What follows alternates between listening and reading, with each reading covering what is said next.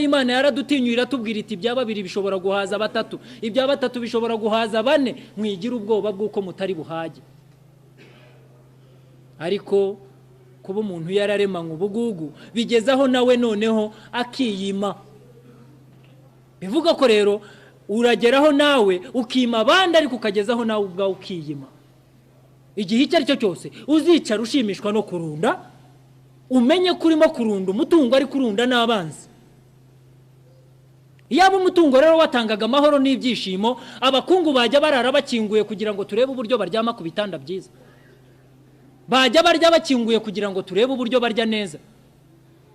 Ariko bahora bafite ubwoba bw'uko abo badaha ukuri kwabo bashobora kubagwa gitumo bakabagwaho.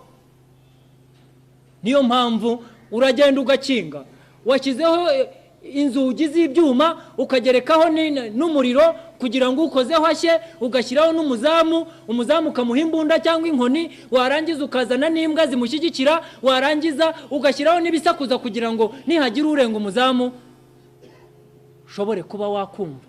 Ese ayo mahoro ufite n'ayo mafaranga meza atyo ni amahoro ki?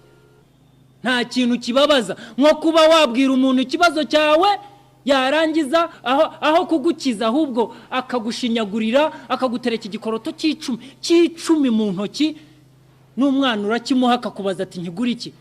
Niba wifuza ko hari icyo Imana yagukorera, wowe uyikorera iki?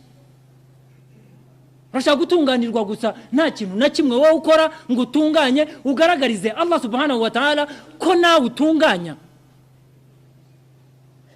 Uragenda bwa mbere ukabona biratunganye, ukumva ko n'ubwenge bwawe, wagenda bwa kabiri ukabona biratunganye, ukumva ko n'ubumenyi bwawe, wagenda bwa gatatu byakwanga bigasubirira udubi, ugahita wumva ko noneho Imana irahari. Mana urampora iki? Ese mu gihe itari ifite iki guhora, kubera iki wowe utagize icyo ukora ngo ugaragaze ko yishimira?